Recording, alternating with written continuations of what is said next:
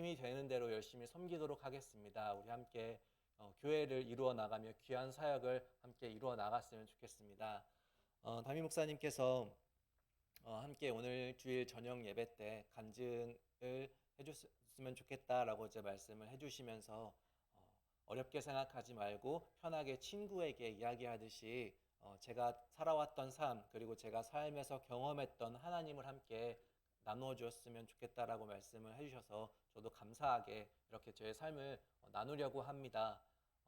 사실 많이 준비되지 않고 제 삶을 제가 준비하면서 돌아보니까 별거 없더라고요. 그냥 하나님의 은혜밖에 보이는 것이 없어서 그냥 간단하게 준비했는데 저의 삶은 보시지 마시고 저의 노력이나 저의 어떤 결과나 이런 거 보시지 마시고 이 안에 계신 한 사람의 인생을 통해서 일하여 주고 계신 하나님만 함께 바라보셨으면 좋겠습니다.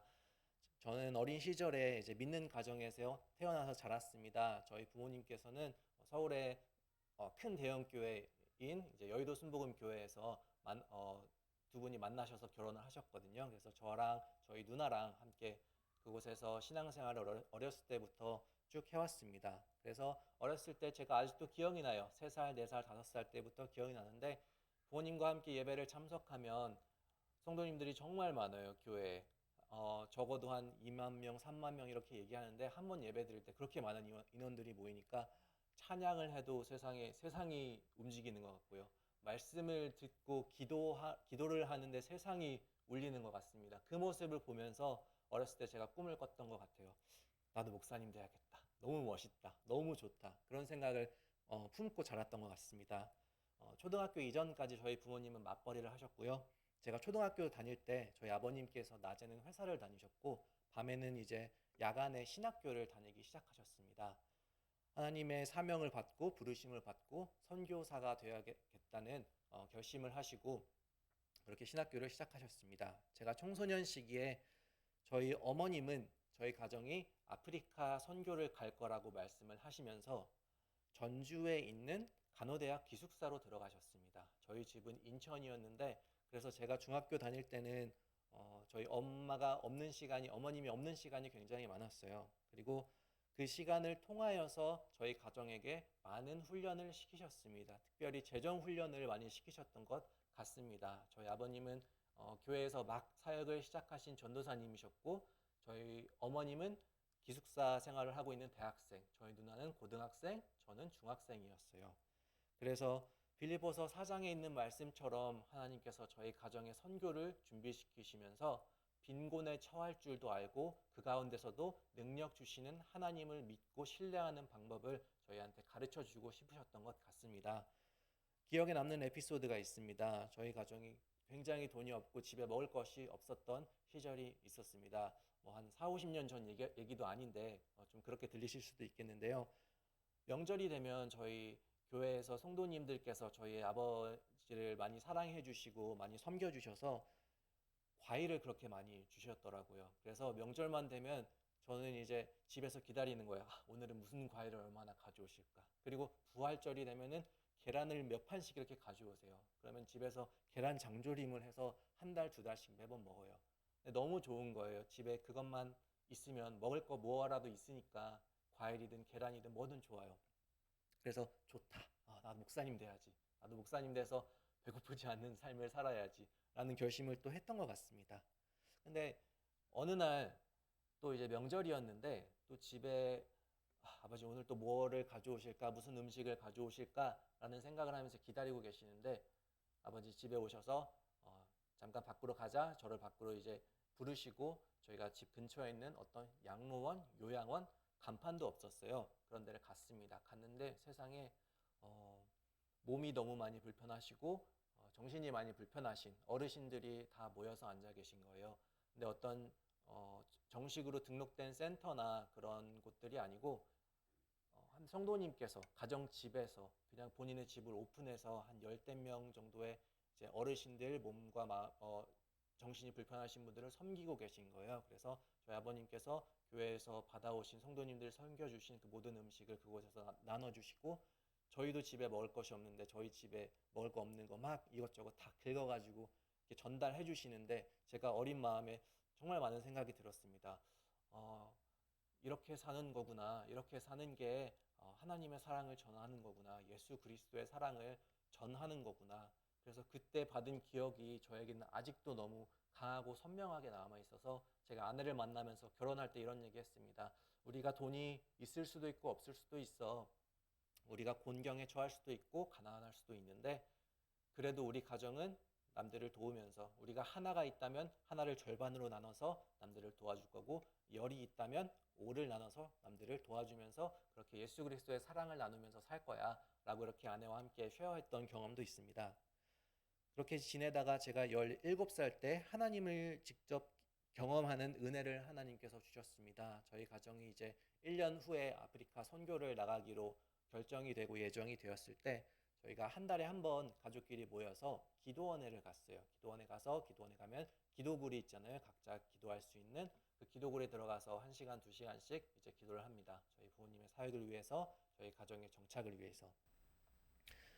제가 근데 기도를 하다가 갑자기 하나님의 은혜를 받았습니다. 주일학교에서 또 중고등부에서 들었던 하나님의 말씀, 구원에 대한 그 성경의 이야기들, 하나님이 이스라엘 사람들과 또 신약에는 이방인들까지 초청해서 어떻게 죄인을, 어떻게 하나님이신 예수님께서 우리를 구원해 주셨는지 머릿속에는 가득했던 그 성경의 이야기들, 성경의 지식들이 마음속에는 하나도 있지 않았는데 하나님의 성령께서 저에게 은혜를 주셔서 그 모든 것들이 제 머릿속에 있는 지식들이 제 삶의 고백이 되게 하셨고 저에게 은혜가 되게 하시는 일들을 행하여 주셨습니다. 그래서 구원의 은혜를 경험하게 되고 제가 세 가지의 것들을 느끼게 됩니다. 첫째는 죄의 자각입니다. 저는 17살이었고 청소년이었지만 그래도 악하고 더럽고 하나님이 싫어하시는 생각들, 마음들, 그런 행동들 충분히 많이 하고 있었다는 사실을 깨닫게 해주셨습니다. 물론 그것 아니고서라도 인간이기 때문에 원죄를 가지고 태어나게 되었었죠. 그리고 두 번째는 구원의 필요성입니다. 내 원죄와 살아오면서 지었던 죄들 때문에 나는 구원받을 수 없는 인간이고 사람인데 예수 그리스도의 보혈로 죄 사함을 받을 수 있는 구원의 길을 열어주셨구나 라는 구원의 기쁨의 감격의 메시지를 주시니까 하나님께 감사하고 찬양할 수밖에 없었습니다. 그리고 세 번째 제가 느꼈던 것은 저의 사명입니다. 예수 그리스도의 구원의 감격이 너무 크고 너무 귀하고 너무 소중했기 때문에 이건 도대체 나 혼자만 가지고 즐기면서 누리면서 있을 수가 없는 거예요. 이거를 알지도 못하고 살아가고 있는 세상에 있는 돈과 명예가 다인 줄 알고 살아가는 사람들이 너무나도 많은데 대한민국에도 너무 많았고 전 세계도 너무 많은데 이걸 내가 혼자 가지고 살아갈 수만 없는 거예요. 그래서 느꼈습니다. 하나님께서 나를 목회자로 부르고 계시구나. 이 귀한 복음의 소식을 전달할 수 있게 사람들에게 전달할 수 있게 목회자로 부르고 계시는구나 하는 저의 사명을 깨닫게 되었습니다. 뿐만 아니라 대한민국에 있는 사람들 뿐만 아니라 온 세계에 있는 열방에 있는 복음의 소식을 들으면은 감옥에 갈 수밖에 없고 그 복음을 받아들이면 자기의 목숨이 날아갈 수도 있는 그러한 위험한 환경에 있는 사람들에게도 내가 복음을 들고 나가야겠다라는 선교의 사명을 받게 되었습니다. 그리고 나서 1년 뒤에 저희 가정은 제가 18살 때 케냐로 가게 됩니다. 그때 저희 부모님께서 케냐에서 선교 사역을 시작하시게 되는데요. 저는 사실 케냐를 떠나기 전부터 생각지도 못한 난관에 빠지게 되었습니다. 저는 이제 막 한참 은혜 받고 한참 선교의 사명을 이제 받았을 때라서 불타오르고 열정이 있고 기도와 감격이 있는 상황이었는데 선교를 떠나기 전에 거기 계신 선교사님과 만남을 했는데 저희 아버지에게 그렇게 말씀하시는 거예요. 얘는 너무 나이가 많다. 18살이면 이제 좀 있으면 이제 수능 봐서 대학 가야 되는데 나이가 너무 많고 군대 문제도 있고 나이가 많아서 영어 배우기도 힘들고 문화도 적응해야 되고 아프리카에서 어떻게 살라고 애를 데리고 가려고 하냐. 학교 다니기 힘들 거다. 얘가 무슨 애들도 아니고 초등학생도 아니고 다 큰 애를 데려가면은 너무 힘들 거다. 서로 힘들 거니까 데리고 오지 마시라 하시는 겁니다. 저는 너무 가고 싶었는데 그렇게 말씀하시는 선교사님의 그 말씀에 마음이 너무 많이 무너지고 실망을 했습니다. 그래서 할 수 있는 게 할 수 있는 게 무엇이 있겠습니까? 교회 가서 기도하는 것밖에 없죠. 기도하고 하나님 저에게 주신 사명 저는 진짜라고 믿습니다. 이 사명 하나만 붙잡고 가겠습니다. 그런데 저는 선교가 너무 하고 싶은데 부모님께서 케냐에 가실 때 같이 가고 싶어요. 같이 가서 제가 할 수 있는 대로 선교를 도와드리고 싶고 또 부모님과 거기에 계신 선교사님들을 통해서 선교를 너무 배우고 싶어요. 기도하면서 기다리는데 또 다른 선교사님을 또 만나게 됩니다. 다른 케냐 선배 선교사님 만나게 되는데 저한테 이제 물으시는 겁니다. 너는 왜 선교 가고 싶어? 너는 왜 케냐 가고 싶어? 물으시는 겁니다. 제가 말씀을 드렸죠. 저는 구원의 확신과 저의 사명의 확신이 있습니다. 저를 선교사로 부르셨다는 것을 믿습니다. 말씀을 드리니까 선교사님 하시는 말씀이 이전에 만났던 그 선교사님 말씀이 다 맞아. 너 가면은 엄청 힘들 거야. 근데 그것 때문에 너 한국에 앞으로 4년, 5년 동안 못 들어올 수도 있어. 지금 여기서 2년 동안 공부하면 수능 보고 대학 갈 수 있잖아. 너 가면은 4년, 5년 동안 공부해야 될 수도 있어. 다시 고등학교 다시 다녀야 될 수도 있어요. 그런 말씀들을 해주시면서 근데 떠나기 전에 하시는 말씀이 근데 너 눈 보니까 눈에 완전 사명감이 가득 차 있다. 열정이 가득 차 있네. 너 가도 되겠다. 같이 가자. 라고 하시는 겁니다. 그래서 그 말씀에 저는 감격해서 아버님께 말씀을 드렸고 그렇게 저희 가족이 함께 손을 잡고 케냐로 떠나게 되었습니다. 케냐에서 이제 선교사 자녀들이 다닐 수 있는 학교로 들어가려고 하는데 현실적으로 제가 들어갈 수 있는 학교는 딱 한 군데밖에 없더라고요. 그래서 이제 학교를 들어가려고 시험도 보고 입학 시험도 치고 교장 선생님과 또 인터뷰를 하는데 교장 선생님이 이러시는 겁니다. 너 원래 고등학교 2학년까지 다녔다면 너 2년만 더 다니면 졸업이더라? 근데 우리는 고등학교 4년제인데 작년까지 없다가 올해 처음으로 고등학교 1학년이 생겼어. 너가 우리 학교 들어오면 4년 공부 다시 해야 돼. 그래도 올래? 하시는 겁니다. 네, 가고 싶어요. 물론 영어로 얘기했죠. 가고 싶어요. 그래, 그럼 나중에 연락 줄게. 근데 나중에 연락 주셔서 하시는 말씀이 내가 규칙을 보니까 나이가 많어. 그래서 연령 제한에 걸려서 입학을 못해. 내가 너를 도와주고 싶은데 우리 학교 연령 제한은 미국 현지에 있는 교육 시스템을 따른 거라서 여기서 내가 아무리 힘을 써도 어떻게 할 수가 없어. 그리고 이전에 안 좋은 사례들도 있었어.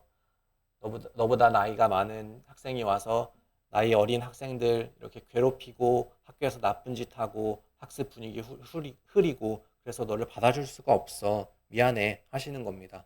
그래서 저는 또 다시 실망을 하면서 집에 가서 기도하고 하나님 도와주세요. 살려주세요. 여기서 학교 다니면서 선교 배우고 싶어요. 하다가 또 기회가 있어서 선교사님과 함께 교장 선생님 찾아가서 사정을 합니다. 저 부모님이 저 뒷목 잡고 여기 케냐에 같이 이렇게 데려오신 게 아니라 저 함께 기도하면서 사명 가지고 왔어요. 여기서 학교 다니고 영어 배우고 선교 배울 수 있게 해주세요. 사정을 하니까 교장 선생님 하시는 말씀이 오케이 그럼 너 한 달 동안 유예 기간을 줄게. 한 달 안에 너 학교 생활에 조금이라도 문제 생기면 아웃. 그리고 영어 발전 없으면 아웃. 그리고 성적 안 좋으면 아웃.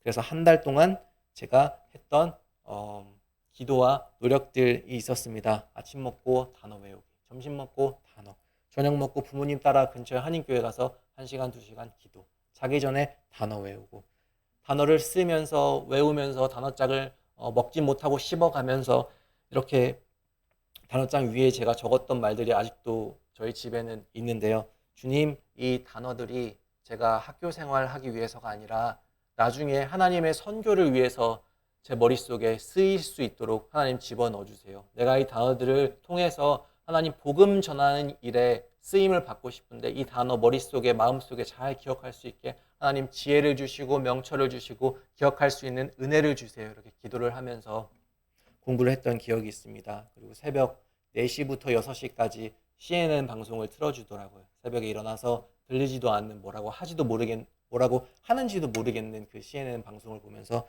영어 공부를 했습니다. 한 3주쯤 지났을까요? 이제 초조해지기 시작하는 거예요. 그동안 안 좋은 얘기가 들어갔으면 어떡하지? 내 공부 성적은 잘 나왔을까? 선생님들이 내 학교 생활을 어떻게 평가했을지 모르겠네. 그래서 한창 이제 선생님들이랑 그 교장 선생님을 피해 다녔습니다. 교장 선생님이 대머리였거든요. 그래서 학교에서 뭔가 조금이라도 빛이 반짝만 하면은 제가 막 도망 다녔어요. 햇빛이 창문에 반짝여도 저 막 뒤돌아서 도망가고, 햇빛이 유리병에 반짝여도 저 막 뒤돌아서 화장실로 도망가고. 그래서 한 3주, 4주 지내다 보니까 교장 선생님이 부르는 거예요. 왜 자꾸 도망다녀? 뭐가 무서운데? 그래서 제가 저 사실 학교 계속 다닐 수 있을지 모르겠어서 무서워서 도망 다녔어요. 하니까 교장 선생님이 하시는 말씀이, 야, 너 무슨 소리야? 잘하고 있어. 선생님들한테 좋은 평가도 받고 있고 영어도 많이 부족하긴 하지만 노력하는 거 알고 있고 다른 학생들이랑 동생들도 잘 이끌어주는 거 잘 소식 듣고 있어. 그리고 연령 제한 문제 저번에 얘기했던 거는 내가 미국에 연락해서 사정 해볼 테니까 그거 걱정하지 말고 나만 믿고 앞으로 4년 동안 잘 해보자. 학교 다녀보자. 해서 하나님께서 그 학교의 학교 규칙 법을 바꾸면서까지 저를 학교를 다닐 수 있게 그렇게 해주셨습니다. 그래서 4년 동안 열심히 재밌게 학교 다니고 또 부모님 선교 열심히 도움받는 대로 도와드리고 또 그렇게 열심히 영어 배웠습니다. 그리고 이제 이전에 받은 저의 목회자로서 선교사로서의 그런 사명을 지키기 위해서 하나님 이제 저 신학교 가야 돼요. 이왕 또 영어 배운 거 미국 쪽으로 가서 배우고 싶어요. 기도했는데 문제가 두 가지가 있었어요. 첫 번째는 당연히 이제 학비 문제. 아니 근데 가고 싶은데 저 돈이 없어요.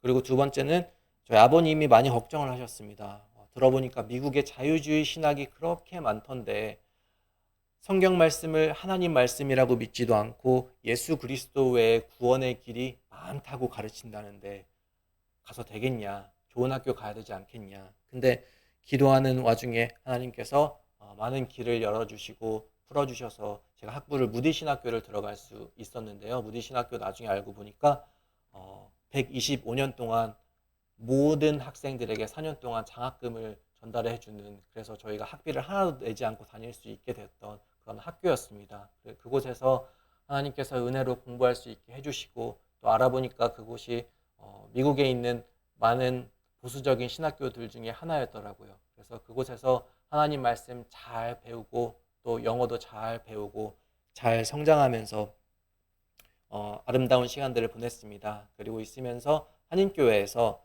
이제 2세 초등학교 어린이들 주일학교 사역을 하면서 함께 파트타임으로 섬기면서 사역 경험을 할 수 있는 또 은혜의 시간들도 주셨습니다.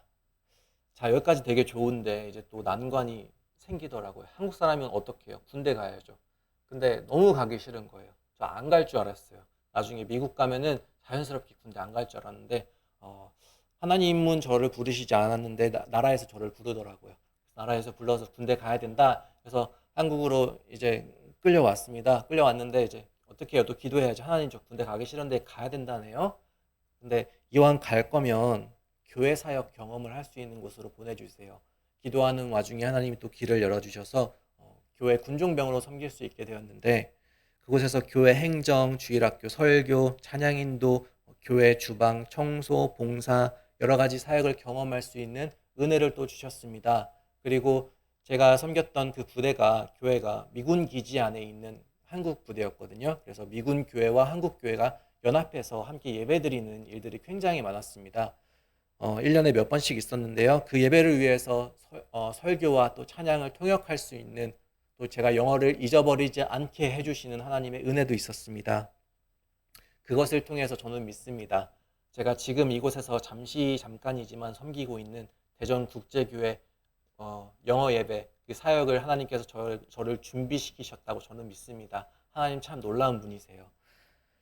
어려운 일들이 또 많이 있었지만 모든 과정들이 저에게는 지금 돌아보면 훈련이었고요. 그리고 좋은 인연들도 만나게 해주셔서 지금까지 이어지고 있습니다. 여기 뒤에 앉아있는 찬혁 형제도 제가 군대에서 교회에서 만났던 귀한 인연이고 지금까지 이어지게 해주고 계십니다. 군대 마치고 또 제가 신학대학원을 은혜로 또 갈 수 있게 해주셔서 정말 학비 많이 안 들고 그리고 정말 보수적인 신학교에서 잘 공부할 수 있게 하나님께서 은혜를 지금 저에게 베풀어 주고 계십니다. 저는 지금 미국 켄터키에 있는 서던 바티스트 신학교를 다니고 있는데 총장님께서 굉장히 보수주의의 한 기둥이셔서 특히 이제 미국에서 요새 많이 이슈가 되고 있는 성소수자 인권 문제라든지 교회에서 일어나고 있는 많은 윤리적인 문제라든지 우리 성경의 말씀을 침범하는 일들이 굉장히 많거든요. 그럴 때마다 방송국에서 CNN, NBC, ABC 이런 데서 저희 총장님 찾아와서 항상 인터뷰하더라고요. 기독교 입장은 어떻습니까? 기독교 보수주의 입장은 어떻습니까? 이렇게 인터뷰를 하는 거 보니까 제가 믿을 수 있게 안심하면서 그곳에서 신학 공부를 잘 하고 있습니다. 그리고 어쩌면 저에게 가장 큰 은혜, 학교에서 저희 사랑하는 뒤에 앉아 있는 저희 아내를 만날 수 있는 은혜를 또 허락해 주셨고 저에게 귀한 주한이 아이를 주셨습니다. 저희가 학교에서 만나면서 한 가지 약속을 하고 한 가지를 바라봤습니다. 우리 나중에 선교 갈 거야.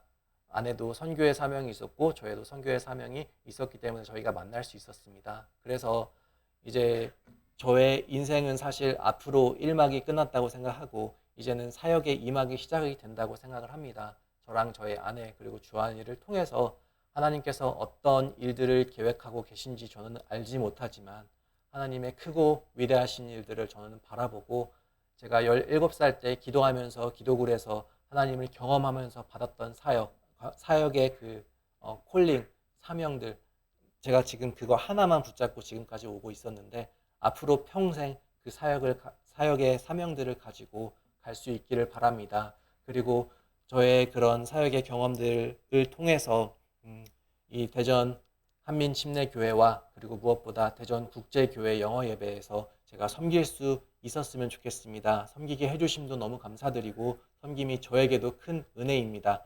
다시 한번 권면드리고 초대하고 싶습니다. 토요일 영어예배 대전국제교회 영어예배에 참석해 주시고 기도해 주시고 많이 관심 가져주시고 응원해 주시면 정말 감사하겠습니다. 많이 성도님들 많이 아시겠지만 이렇게 특별하고 위대한 사명을 주시는 교회가 많이 없어요.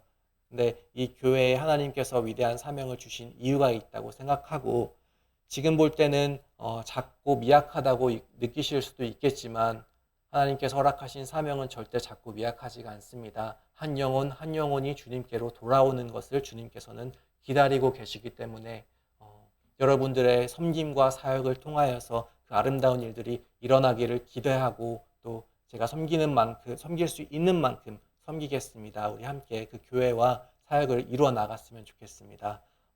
저의 간증은 여기까지 마치도록 하겠습니다. 함께 기도 잠시 하시겠습니다. 살아계신 하나님께서만 영광을 받아주시기를 원합니다. 저와 우리의 만남이 주님께 영광이 되었으면 좋겠습니다. 어떻게 주님께서 영광을 받으실지 저희는 지금 알지 못하지만 기대하고 기도하면서 저희가 준비하며 주님 맡겨주신 사명을 향해서 나아갈 때에 주님 저희가 알지 못하는 때라도 주님 계획하신 일들을 이루어 주시고 주님의 나라가 확장되게 하시고 주님께서 영광을 받으시는 귀한 역사들이 일어날 수 있기를 간절히 기도합니다. 살아계신 하나님께서 우리 교회를 통하여서 영광을 받아 주시옵소서. 예수 그리스도의 이름으로 감사하며 기도합니다. 아멘.